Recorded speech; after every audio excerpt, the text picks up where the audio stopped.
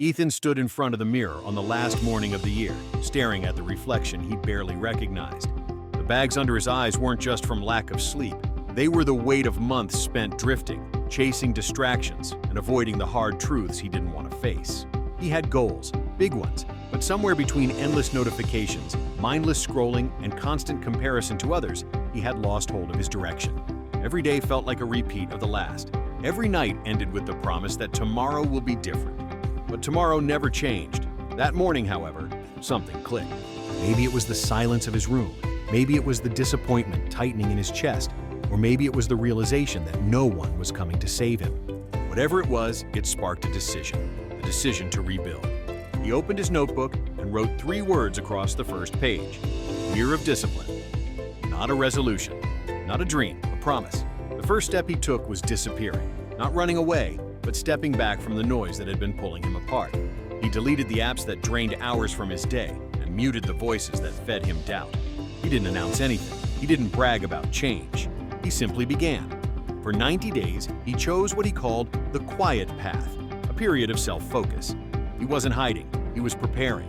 Every morning at 6 a.m., he started his foundation hours. Before the world woke, he sat with his journal, wrote his intentions for the day, drank water, stretched, and tackled one major task. It wasn't easy at first. His body resisted, his mind complained, and his old habits tried to pull him back. But each day he pushed through. Something inside him shifted. Then came the hard part, discomfort training. Ethan forced himself into routines that tested him. An early workout even when he wanted to stay in bed, reading chapters of difficult books to sharpen his thinking, and choosing productive challenges over easy escapes. He learned that growth rarely feels good in the moment. The friction, the resistance, the sweat, that was the real training. Slowly, a new version of him started to form. He replaced cheap distractions with meaningful habits.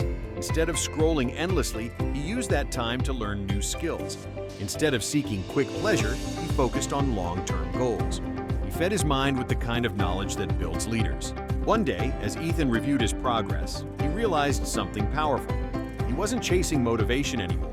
He was becoming the kind of person who didn't need it. His identity changed, his standards rose. He became someone who finished what he started, someone who respected his time, someone who showed up no matter how he felt. By the time the 90 days ended, Ethan didn't just feel different, he was different. Not perfect, not finished, but rebuilt from the inside out. And for the first time in a long time, he believed in the future he was creating.